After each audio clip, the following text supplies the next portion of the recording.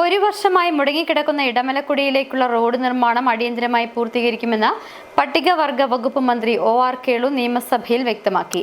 Aluva MLA. Anwar Sadath നിയമസഭയിൽ ഉന്നയിച്ച ചോദ്യത്തിന് മറുപടിയായിട്ടാണ് മന്ത്രി ഇക്കാര്യം സഭയെ അറിയിച്ചത്. റോഡില്ലാത്തതിനാൽ ആശുപത്രി ആവശ്യങ്ങൾക്കടക്കം ദുരിതം അനുഭവിക്കുന്ന ഉന്നതിയിലെ ജനങ്ങളുടെ സാഹചര്യം സിറ്റി വിഷൻ മുമ്പ് പുറത്തുവിട്ടിരുന്നു. റോഡ് ഗതാഗതമില്ലാത്തതിനാൽ ഏകഗോത്രവർഗ പഞ്ചായത്തായ ഇടമലക്കുടിയിലെ വിവിധ ഉന്നതികളിൽ നിന്നുള്ള രോഗികളടക്കം തുണിയിൽ കെട്ടി കിലോമീറ്ററുകൾ ചുമന്ന ആശുപത്രിയിൽ എത്തിക്കുന്നതടക്കമുള്ള വാർത്തകൾ മുമ്പ് പുറത്തു വന്നിരുന്നു. ഇതിനു പിന്നാലെ റോഡ് നിർമ്മാണം വേഗത്തിലാക്കുമെന്ന് എം.എൽ.എ. വ്യക്തമാക്കി. ഇടമലക്കുടി റോഡ് വിവാദ വിഷയമായി നിൽക്കുന്ന സാഹചര്യത്തിലാണ് ചോദ്യോത്തരവേളയിൽ നിയമസഭയിൽ വിഷയം അൻവർ സാദത്ത് എം.എൽ.എ. ഉന്നയിച്ചത്. ഇതിന് മറുപടിയായിട്ടാണ് റോഡ് നിർമ്മാണം വേഗത്തിൽ പൂർത്തീകരിക്കുമെന്ന മന്ത്രിസഭയെ അറിയിച്ചത്.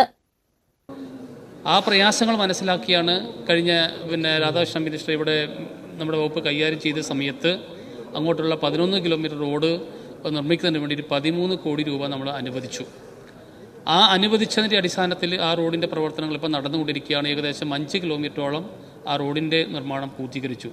അങ്ങോട്ട് പോകുന്ന ഈ പ്രധാനപ്പെട്ട റോഡിൻ്റെ പൂർത്തീകരണം നടക്കുമ്പോൾ മാത്രമാണ് സാർ നമുക്ക് അവിടെയുള്ള വികസനങ്ങൾ വേഗത്തിലാക്കാൻ വേണ്ടി നമുക്ക് സാധിക്കൂ. സംസ്ഥാനത്തെ ഏക ഗോത്രവർഗ പഞ്ചായത്തായ ഇടമലക്കുടിയുടെ സമഗ്ര വികസനത്തിന് ഏറ്റവും ആവശ്യം റോഡ് തന്നെയാണ്. അതിനായി 2023 11 കോടി 5 ലക്ഷം രൂപ അനുവദിച്ചിരുന്നു. പെട്ടിമുടി മുതൽ ഇഡലിപ്പാറ വരെയുള്ള 7.7 കിലോമീറ്റർ നിർമ്മാണം പൂർത്തീകരിച്ചു. ഇനി ബാക്കിയുള്ള 5 കിലോമീറ്റർ മാത്രമാണെന്നും മന്ത്രി വ്യക്തമാക്കി. News desk city vision.